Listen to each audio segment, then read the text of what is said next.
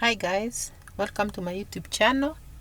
Guys, I'm at Quickmart supermarket, guys, and this is where I've come to do some shopping. And guys, it is nearing 7 in the evening. I had to rush here. As you can see the lights everywhere. It's in the evening, but guys, I had to rush here because I did not have cooking fat, guys, and you know what? Hey, cooking fat is expensive. You go to a supermarket with 1,000 shillings. This is Kenya shillings. And guys, you'll pick an item or two. By the way, do not bother carrying a very big paper bag when you're going to the supermarket because it's useless, guys. Cooking fat, I had to talk about cooking fat in particular, guys, because cooking fat, a liter, let me say 2 liters, we used to buy it for about 350 shillings. Today, 2 liters of cooking fat is going for 660, guys. 660. There's nothing that is making Kenyans cry like cooking fat. You go to a supermarket, and you know, guys, children have just been home, so cooking was throughout the day, and children, when they're in the house, there's a lot of cooking done. You know, you have to cook for them mandazis, you have to cook for them chapatis, pancakes, especially those people who do pancakes in the morning. Guys, you know, pancakes are a must in the mornings because, guys, children will not be given tea in the morning alone and with nothing. And Kenyan children don't like sweet potatoes. They don't like sweet potatoes. They don't like yams, which is the traditional food. They don't like those roots, even cassava they don't like. They'll tell you they want bread. And this bread, guys, you have to make sure that it has butter, it has bluebird, it has jam. And when you count the cost, you opt to do the pancakes because pancakes, you just buy eggs and you have flour, then you are done because you just do the pancakes for breakfast. Guys, without pancakes, with pancakes, you have to use cooking fat. And that's why I'm on cooking fat. On the case of cooking fat, guys, I'm there. Because cooking fat is the thing that we use in so many things. Even when you want to do them eggs, you'll still do the cooking, you still do the cooking fat. And guys, when the cooking fat is this expensive, where do we run to? I normally buy a 5-liter tin of cooking fat, and it takes me for about 3 weeks. When the children are home, it will just go for the 5-liter one. Will go for 2 weeks, guys. This is because we have to do lunch, we have to do supper, and breakfast. And breakfast takes a lot of fat, a lot of cooking oil, guys. And it is very, very expensive. It's very, very expensive. And another item that is very expensive in the Kenyan supermarkets is milk. Milk, guys, you know, you have to make tea, you have to make porridge for the little ones. And 4 packets of milk will not be enough in a day. Because if you are making tea for everybody in the house, you'll use about 2 packets in the morning. And Kenyans are tea people. They will want to take tea some other times. Children will need their porridge done. And guys, milk is required even for pancakes. When you're doing the pancakes, sometimes you mix some milk with eggs and so you see, milk is also very expensive. We come to sugar. Sugar is very, very expensive also. It has shot up to 300 shillings per 2 kgs. Rice, my God, guys, oh, why was I even forgetting? Rice is very, very expensive. And you know what?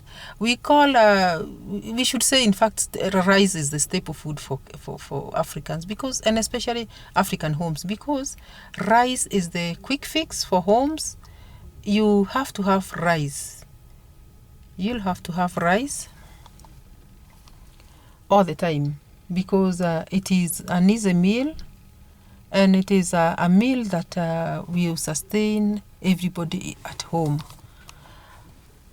A 5-pack kg of rice the other day was going for about 1450. Give it 1500 Kenya shillings. And guys, that how many times are you going to cook 5 kgs for a family of 7, 6, or even a family of 5? Just like 5 kgs, because 5 times, because each cooking will require about a kg for the family. And guys, let me tell you, life has become so expensive in Kenya. I don't know about your countries. It has become so expensive. In fact, somebody mentioned today that if you don't make, this is for the low income earners, that if you know you don't make 1,000 shillings every day, quit staying in Nairobi. And those are the low income earners, and go to places where you, that is, go to the rural areas, because Nairobi has become so expensive.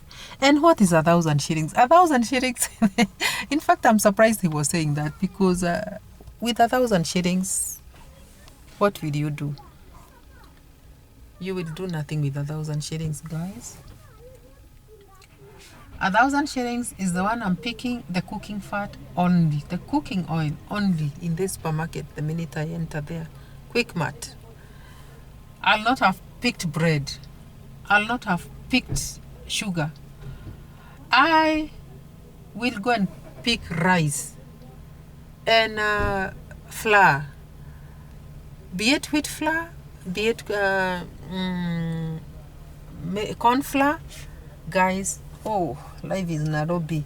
Life is in Nairobi has become unbearable, guys. And let me tell you something. We are saved by the rains. When it rains, and we harvest maize and beans here in Kenya, guys, it looks like we have a missed season. We have a missed season because we have a failed season, because we did not get the long rains. This season is a season for long rains.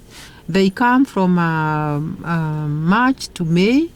We are already in the middle, the end of May now, and we have not had rains. We got only very little rains in the beginning of the year, and in the beginning of March, and by mid-March, beginning of April, rains just got cut, and we have never had rains. Guys, how are we going to survive?